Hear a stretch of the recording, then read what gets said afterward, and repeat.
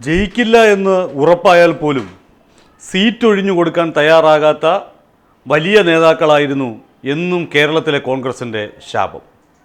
ഇത്തവണയും അങ്ങനെ തന്നെയായിരിക്കും കാര്യങ്ങൾ എന്ന് ചിന്തിച്ച് തുടങ്ങുന്നയിടത്ത് ഇതാ ചിലർക്കൊക്കെ മനംമാറ്റം ഉണ്ടായി തുടങ്ങുകയാണ്. കോൺഗ്രസിൻ്റെ വലിയ നേതാവും കഴിഞ്ഞ തവണ കേരളത്തിലെ 2 സീറ്റുകൾ നഷ്ടപ്പെടുത്തുന്നതിൽ മുഖ്യ കാർമ്മികത്വം വഹിക്കുകയും ചെയ്ത PC ചാക്കോ ഇത്തവണ താൻ പാർലമെൻറ്റിലേക്ക് മത്സരിക്കാനില്ല എന്ന് വ്യക്തമാക്കിയിരിക്കുന്നു.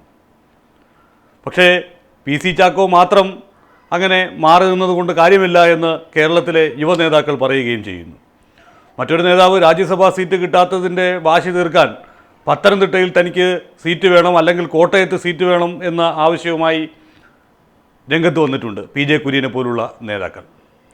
PC ചാക്കോ പറയുന്നത് എൻ്റെ പ്രവർത്തനം മാതൃകയാക്കിക്കൊണ്ട്, ഞാനിപ്പോൾ എടുത്തിരിക്കുന്ന നിലപാട് മാതൃകയാക്കിക്കൊണ്ട് മറ്റ് നേതാക്കളും പുതിയ തലമുറയ്ക്കായി സീറ്റുകൾ ഒഴിഞ്ഞു കൊടുക്കണം എന്നുള്ളതാണ്.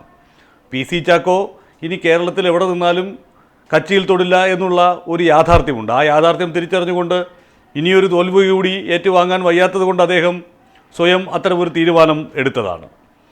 പക്ഷേ മറ്റു ചില നേതാക്കൾ, അത് കേരളത്തിലെ കോൺഗ്രസിൻ്റെ യുവ നേതൃത്വം കൃത്യമായി തന്നെ പല ഘട്ടങ്ങളിലും ചൂണ്ടിക്കാട്ടിയിട്ടുള്ളതാണ്. ഇപ്പോൾ PJ കുര്യനെ പോലുള്ളയാൾ സീറ്റ് വേണമെന്നുള്ള നിലപാടുമായി രംഗത്ത് വരുന്നു. KV തോമസ് വീണ്ടും മത്സരിക്കണം എന്ന് പറയുന്നു. എത്താവുന്ന സ്ഥാനങ്ങളിലൊക്കെ പരമാവധി എത്തിക്കഴിഞ്ഞിട്ട് പോലും ഒരു തലമുറ മാറ്റത്തിന് എന്തുകൊണ്ട് ഇവർ തയ്യാറാകുന്നില്ല എന്നുള്ള ന്യായമായ ചോദ്യം യുവജനങ്ങളിൽ നിന്ന് ഉയർന്നുകൊണ്ടിരിക്കുന്നതിനിടയിലാണ് PC ചാക്കോ ഇപ്പോൾ ഇനി എന്തായാലും ഞാനില്ല എന്ന നിലപാട് വ്യക്തമാക്കുന്നത്.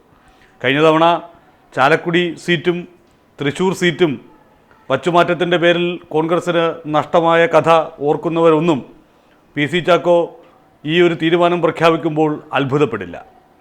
കോൺഗ്രസിനെ സംബന്ധിച്ചിടത്തോളം ഈ ലോക്സഭാ തെരഞ്ഞെടുപ്പിൽ കേരളത്തിൽ നിന്ന് പരമാവധി സീറ്റുകൾ നേടുക എന്നുള്ള ലക്ഷ്യം മുന്നിൽ കാണുമ്പോൾ രാഹുൽ ഗാന്ധി കൃത്യമായി അതിന്മേൽ ഇടപെടലുകൾ നടത്തുമെന്ന് ഉറപ്പാകുമ്പോൾ മുല്ലപ്പള്ളി രാമചന്ദ്രൻ ചില കൃത്യമായിട്ടുള്ള വിലയിരുത്തലുകളുടെ അടിസ്ഥാനത്തിൽ സ്ഥാനാർത്ഥികളെക്കുറിച്ചുള്ള ഏകദേശ ധാരണ ഹൈക്കമാൻഡിനെ ധരിപ്പിച്ചിട്ടുണ്ട് എന്ന് വ്യക്തമായ സാഹചര്യത്തിലാണ് ഇത്തരത്തിലുള്ള പിന്മാറ്റങ്ങൾ ഉണ്ടായിക്കൊണ്ടിരിക്കുന്നത് എന്നതാണ് ശ്രദ്ധേയം.